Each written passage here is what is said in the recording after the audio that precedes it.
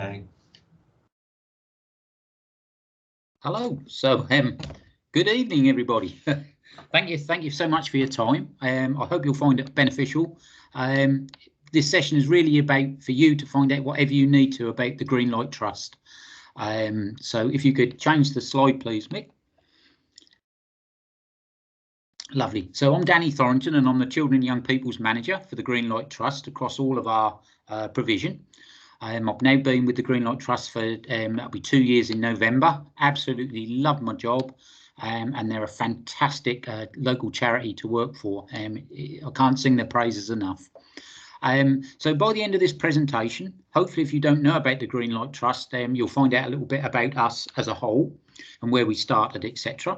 And then be aware of our natural alternative provision and inclusion programs for children and young people. So we work with youngsters from primary age right through to every age. Our oldest participant at the moment is 88. But I manage the children and young people services up to 24 years of age. And the importance of the natural world and what our ethos is and why we are so successful in what we do because of the environments which we're lucky enough to work in every day. And then identifies ways in which you can support children and young people to access our provision. So we'll talk about how do you refer, etc., etc. Okay, but please ask any questions as we go along. Okay, next one, please, Mick.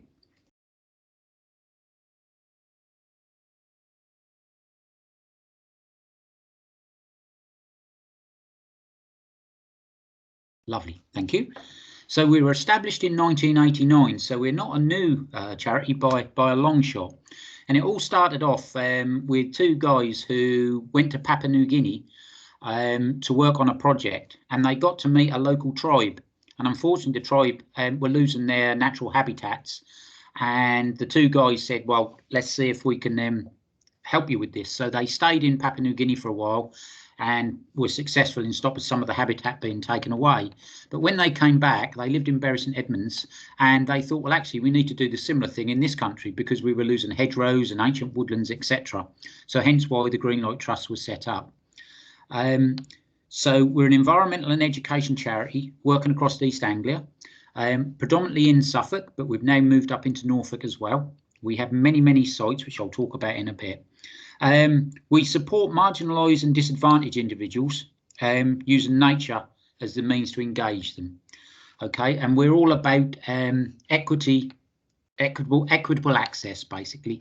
So we could easily just go to schools and just say, can you bring a class of 30, come and have a lovely day in the woods, and they'll all have fun and they'll all learn things, and that's all great.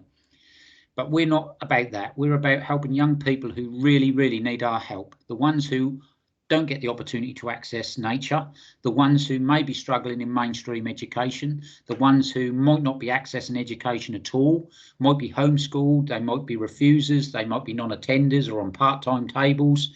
And we also work with NEET students who, try perhaps college and that after school, and then it doesn't necessarily fit in with, how they learn. So we're a natural alternative to that. We work with over 700 adults across the year and 850 young people. Currently, we're at about 66 young people access our services every week, which is absolutely fantastic.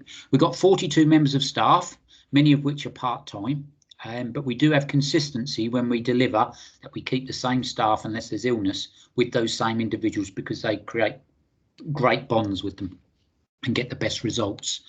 We're funded through various streams and grants, and we also do commission work now, which is something you might be interested in. And we're working with the CCG again, which I'll talk about in a little while.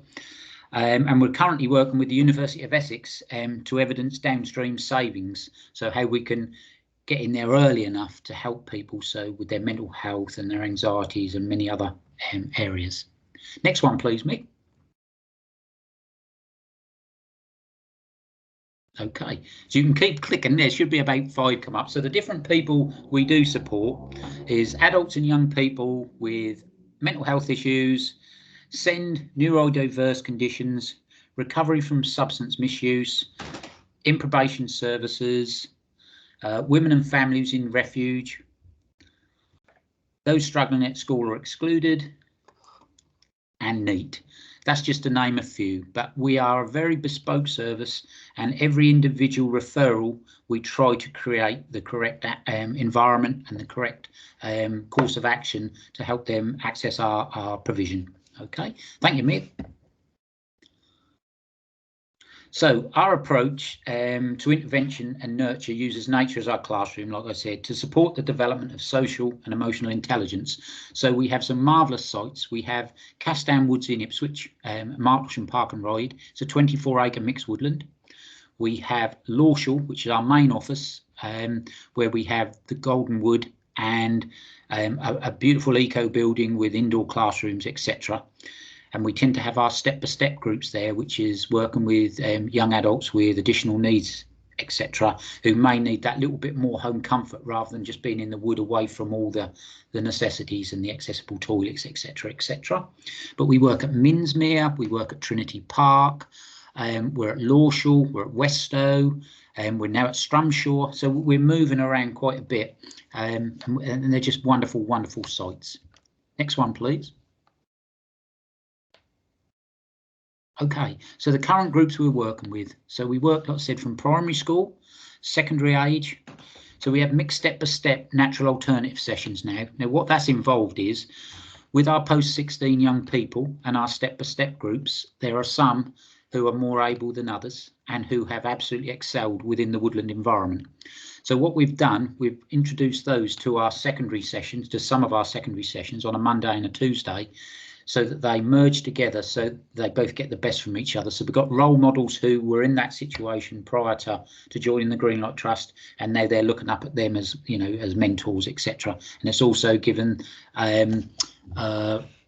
really good, what shall I say, purposeful roles for the up and coming, or the ones who were secondary, who have now gone into post-16, and they're really thriving at helping the other young people and a good influence on them.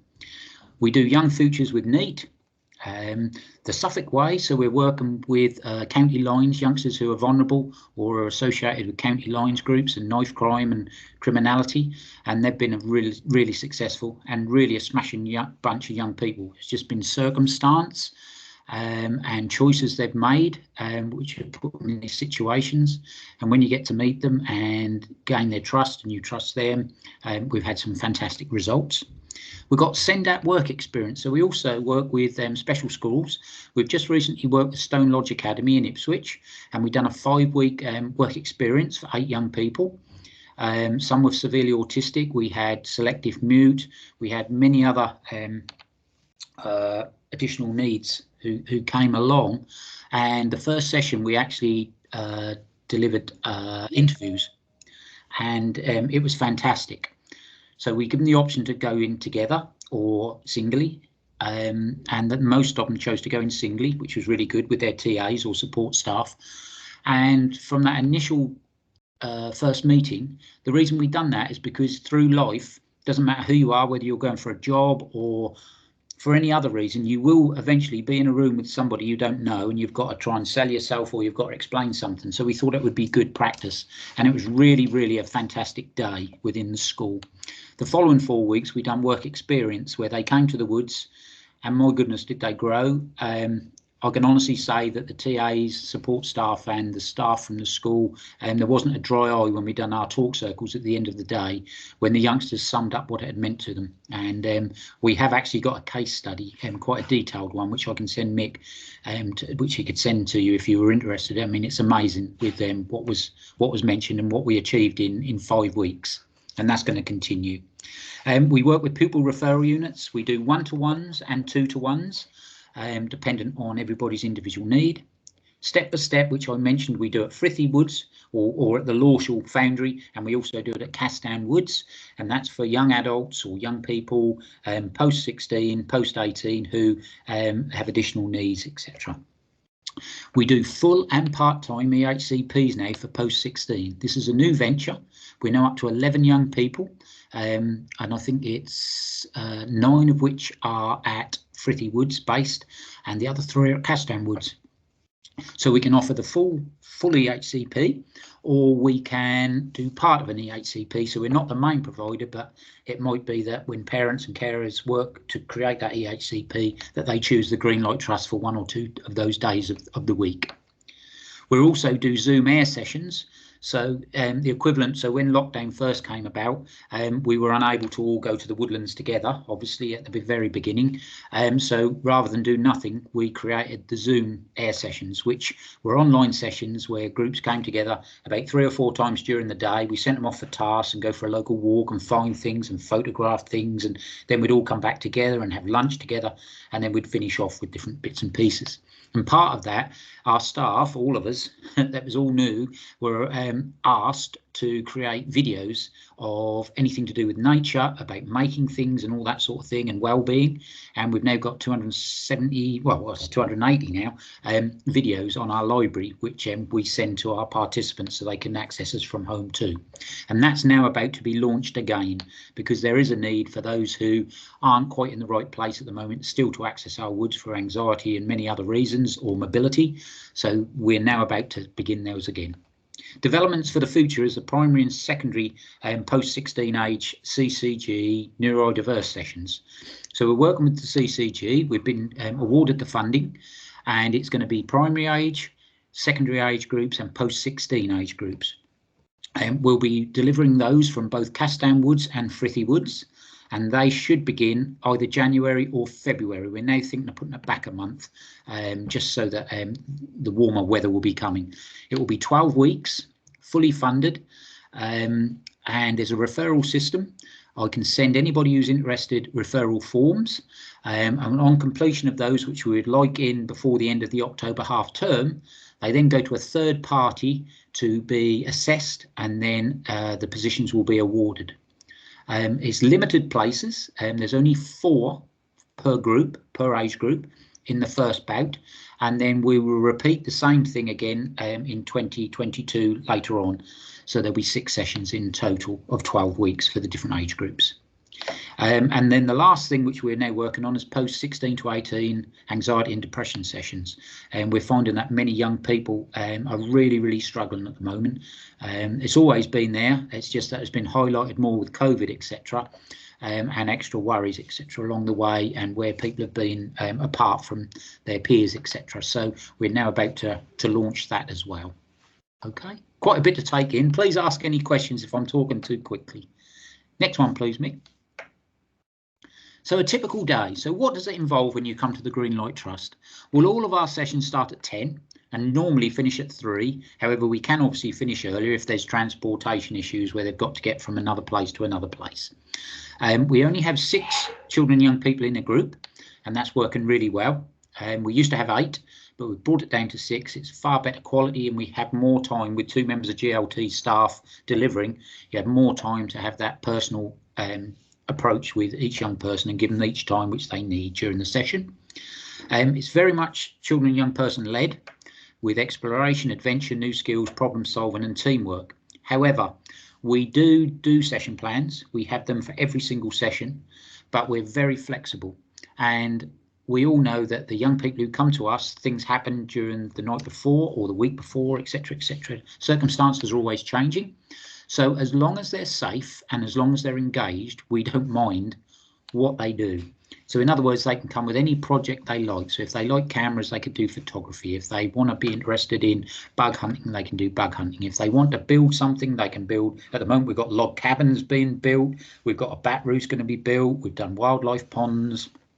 Lots of habitat areas created and nurtured along the way. We fell trees, so we do woodland management as well. So when they arrive, what we do is we all come to the area, which is a redundant army parachute. So we go under there, the fire's in the middle. You can imagine the nice benches around the edge, which have all been made from our wood, from the wood in the woods, and the participants make those. We get the kettle on, we teach them bushcraft skills, how to light fires. And we'll do it very simple to start with, but then as they get used to that, we make it harder. So we'll say, right, instead of using Vaseline and cotton wool at the very beginning, right, now you've got to use a flint and steel, or you've got to use silver birch bark, or wet silver birch bark, or fat wood from a conifer tree. We teach birch tapping and all sorts of bushcraft things. And we get the fire on. We all then as a group, using 2-person saws or bow saws and axes and splitting mauls, we create the firewood for the day to keep the fire going for us all, for the community. And then while the kettle's on, we then have a hot drink of their choice. And then we go on a woodland walk, in most cases, most days, where we just walk around the woods to see what's changed. That's where we build the knowledge of the natural environment, the fungi, the trees, the plants, the mammals, the birds, you name it, whatever they spot. We discuss, and we take books with us as well so that we can identify them as well. When we come back, we talk about the plan for the day. However, that, like I said, that can change. And then we usually do either a conservation task together, or we do woodland management. So that could be coppicing an area within the woodlands. So that's felling trees by hand, and we teach them all to do massive trees safely. Working out the direction of fall, how far they're going to fall. Then we process the wood and then cut it down, and then we can make benches and whatever else they'd like to make, which they can take home. So it could be a spatula, it could be a lovely garden bench and table, which might take weeks, but that doesn't matter. We store it for them as they come each week to take something home. We then have lunch together, cooked round the fire, which has been decided the week before by the group, so they always know what they're going to be expecting. And if they don't like that particular week, they can bring some packed lunch, or we can have some plain food. Part of the day until COVID came was very much about we all prepped the food together, we all dished it up together. But unfortunately, at the moment, it's a member of staff who does the prep and everything with a mask and gloves. But hopefully things will change shortly. And many young people really enjoy the fire cooking. Then after lunch, what we tend to do is personal projects. So that's the chance for the young people to decide if they'd like to make anything, or what they'd like to do, or go on another walk, or whatever. That's their time to choose, or we can carry on with the tasks we were doing in the morning if they'd prefer. But there's lots of choices. We always have choice. So that's a typical day. Right at the very end of the day, we fill in daily diaries where they either write them themselves if they're able to, about what they've enjoyed, what hasn't gone well, what they like to do next week, or if it's not possible, and sometimes it's more of a barrier, we will just say, let's have the talk circle, you tell us, and we'll write it up. And then at the end of the session, we always send an observation report to the referrer, whether it be the parent, the head teacher, or the Senko, or whoever it may be. And we send photographs of the day as well. They get the observation reports at the end of every session. So that's on that side of things. Okay, next one, please. Okay, so we've got qualitative data, videos and case studies, which I said we've got one at the moment from the SENDAT work experience, but we've got lots of other case studies. We do quantitative data as well at the end of the programme to see what's been achieved, etc.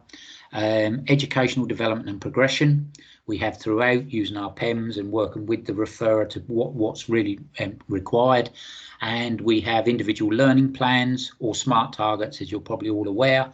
The first SMART target would always be why the main reason the referrer has chosen the Greenlight Trust for this young person to come. So we would focus on that when we're giving our observation report. The following 1, 2 or 3 targets, SMART targets, are very much about the young person. What targets would they like to achieve during that time? It could be something simple like they'd just like to be able to stay the whole day. It might be that they've got the courage to talk in the open circle for the first time. It may be that they want to, I don't know, use a different tool for the first time, which they've been afraid to use, or something. It could be anything, and we'll work with them with that. We work very closely with the young person. We want to hear their voice, and the only way it works is when they engage with us. So we make sure that we're talking to them all the time. If things aren't working, we try to work with them about why it isn't and get them back on board. At any point during the day, if they feel anxious or if they feel angry or have mixed emotions, whatever it may be, we tend to say, look, just say hammock. And then they know now that they just get a hammock and we teach them how to do a timber hitch, and off they go and find 2 safe trees, put the hammock up, and that's their time and their safe space to be away from the group if they need time just to process their thoughts, etc., etc. A member of staff will then go over. The rest of the group know that they don't go over when somebody gets a hammock out, unless it's a lunchtime thing where they're all in hammocks. And that's always decided through our values. So we always, in the first session, we decide together our values as a group, and we agree those, and we all sign. So we all know what's what people accept, what are their triggers, etc., and we get people to work according to those values. And the most important one of everything is mutual respect. So and if we do get any inappropriate behaviour, we do challenge it, but in a way where we teach them the reasons why it's not acceptable. And we have some real mature conversations as well. So they're learning life skills, and they're learning about the way how they manage their emotions, etc. Okay, next one, please, Mick. We're nearly there. So how to refer. Anybody can refer to the Greenlight Trust, any age group, okay? So it can be a parent, it can be staff, professionals, as you'll see on there. Anybody can refer. If you go onto our Greenlight Trust website on www.greenlighttrust.org, you'll see that if you go onto courses, and then you press on children and young people, there'll be the different age groups, and you click on that and there'll be a referral form or a request form. You literally put a little bit about it. It's literally a couple of sentences about why you're referring somebody, what age they are, what woods would they prefer to be at, whether it be Castan or Frithie or wherever they live.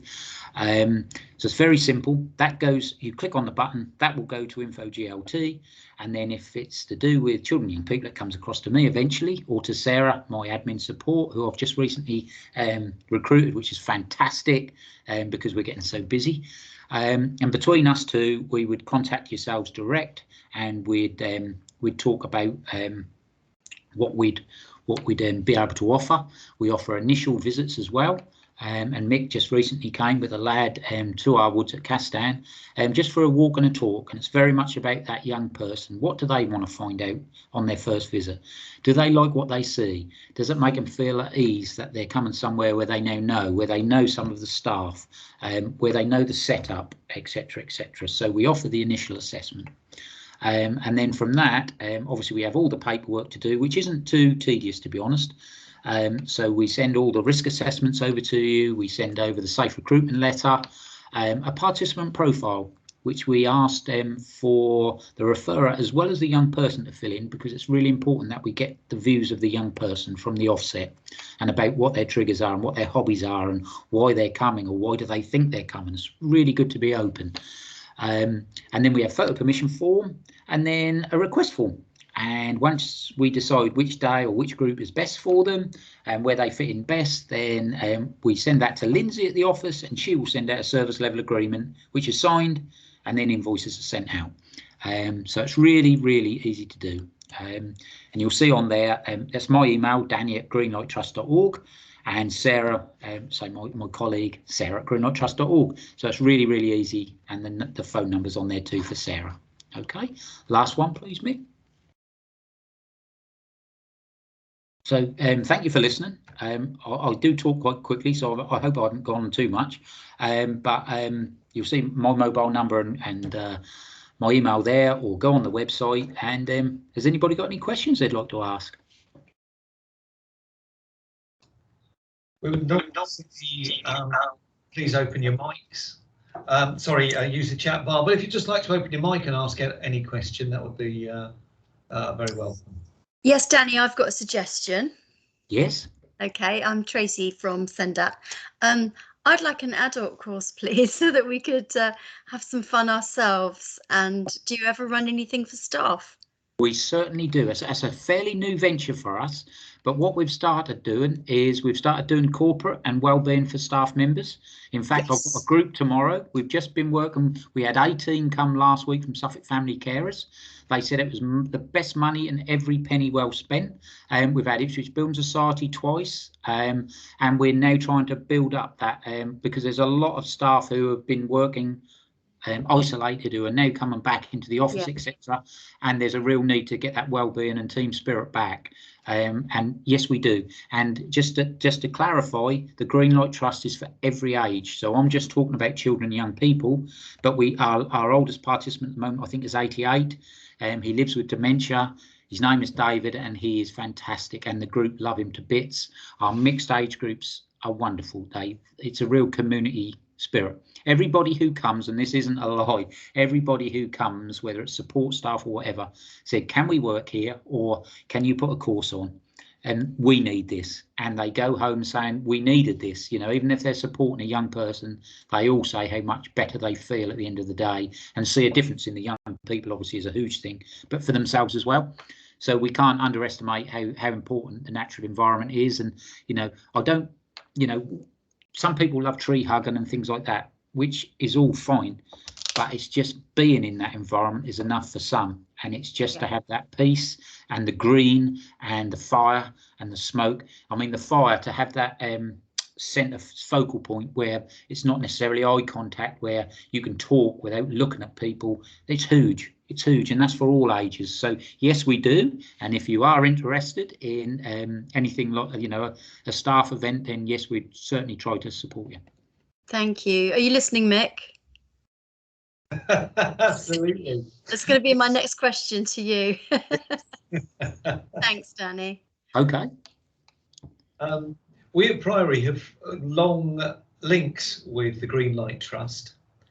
We've worked at Frithie Woods with various projects over many years, and indeed the Greenlight Trust have worked with us on site. There's a willow maze which they helped create. In fact, their CEO, Tom, was the person who did a lot of the planting of that. Very, very good provision. The children who we have Greenlight Trust have worked with from us have always benefited from that and really looked forward to it.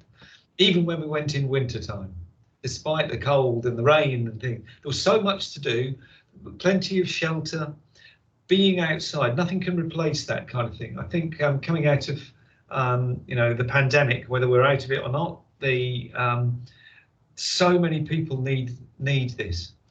Just last Wednesday, I've met with Danny over in the Ipswich Castan Woods, and we walked round for, I think it was about an hour, maybe a little bit more than that. And, you know, I came back feeling so relaxed myself. So, you know, I know exactly what you mean. It was a superb place and so beneficial for the students that we work with. They so need this kind of provision. So one of the reasons why I'm really grateful for Danny and the Greenlight Trust generally for coming and speaking with us tonight is because this isn't provision that perhaps gets seen by people as, oh, you know, I didn't know about it. How can we access this?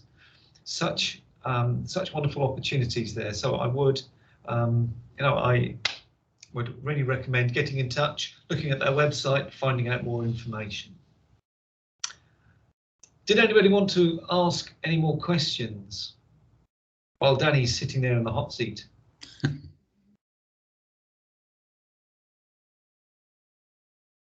You're welcome to use the chat bar if you wish.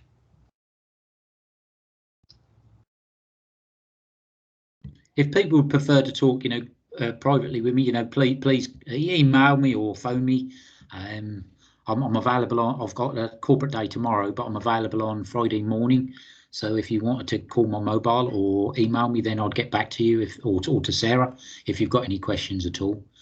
But like I say, initial visits are really important, and if you want to do that and bring any young person along first, then please get in contact and we can arrange that for starters, just so the young person is making the choices, which is the most important thing. They're only going to get on in this world if they can make the right choices. So all we can do is try and persuade them, and I think our Woods do that. It's very practical, it's very hands-on, but it doesn't have to be. We do arts and crafts and things as well, and we can do things around the fire with whittling and things like that as well. Yesterday they had they had a round log which they sawed up, and then they split it in half using a froe, and then they made a bowl because the week before we'd had soup, and they said, God, wouldn't it be good to make a bowl? So they were using the char from the fire to burn and blow, so that created and then scraped away the char, and they'd created these wonderful bowls yesterday. It was amazing that they've done that. But they do big builds as well, so if they're interested, we know we just built a lovely big apiary, which is where 5 of our beehives are at Castan Woods, and they built the whole thing. It's 8 metres by 8 metres, and it's phenomenal, and they've done the whole thing with me, these young people. So any jobs we have in the woodland, if they've got an interest, then we'll use the traditional skills to do that. I think one of the things that, for me, looking at the provision that you give to our students, one of the things that I find really helpful is that they're not generally open to the public either as rights of way or people walking through. It is specifically for the groups of people who go along to these things. That's right, I think, Denny, isn't it? Yeah, so Castan Woods is privately owned by Suffolk County Council, which we lease out, so there's no public right of way at all. Frithie Woods, our camps are away from the main path. There is an public access through there. However, people don't tend to use it because it's the local community who know that the Greenlight Trust well, so they tend to use it at weekends more than during the day, or their dog walkers early in the morning. But I mean, I've been there many occasions and I've never seen a member of public walking through the daytime there. But I say our camps are set away from that where it's not public access. Minsmere, obviously it's RSPB site, but we have a nice area which we're managing for them, a Coppice area, and again we don't get anybody because we're off the beaten track. It's hard, there's a camp set up there all the time and it doesn't get interfered with. Trinity Park at Suffolk Showground, again it's common land or a woodland which there's a footpath through, which is a fairly new one, so they could come through, but we don't get any hassles with that. We're at West Stow as well, so obviously it's open to the public for certain things, but again the camp is away from that, which has been thought through regarding that. Yeah, and obviously we've got Lawshall, which is the foundry where our step-by-step sessions go for young adults with additional needs, and they work from there, and that's obviously our land and our own foundry. And then Goldenwood is the community woodland, but we're allowed to use that where again nobody goes down there at all. It's lovely. Right, lovely, Danny. Thank you so much indeed. No more questions forthcoming. So I'll just draw this evening to a close, firstly by thanking Danny for a great presentation and lots of information there. You talk so eloquently about supporting the students and the young people and adults you work with. I wish you all the best. It's a fantastic organisation. As I say, we've worked with you for a number of years and have always been delighted with the results for the children, but also your go ahead and yes, of course we can attitude. Thank you very much. No, thank you very much for having me. If there's anything else, Danny, that you want to send through to me, I'll put it up on our website. We do this each time.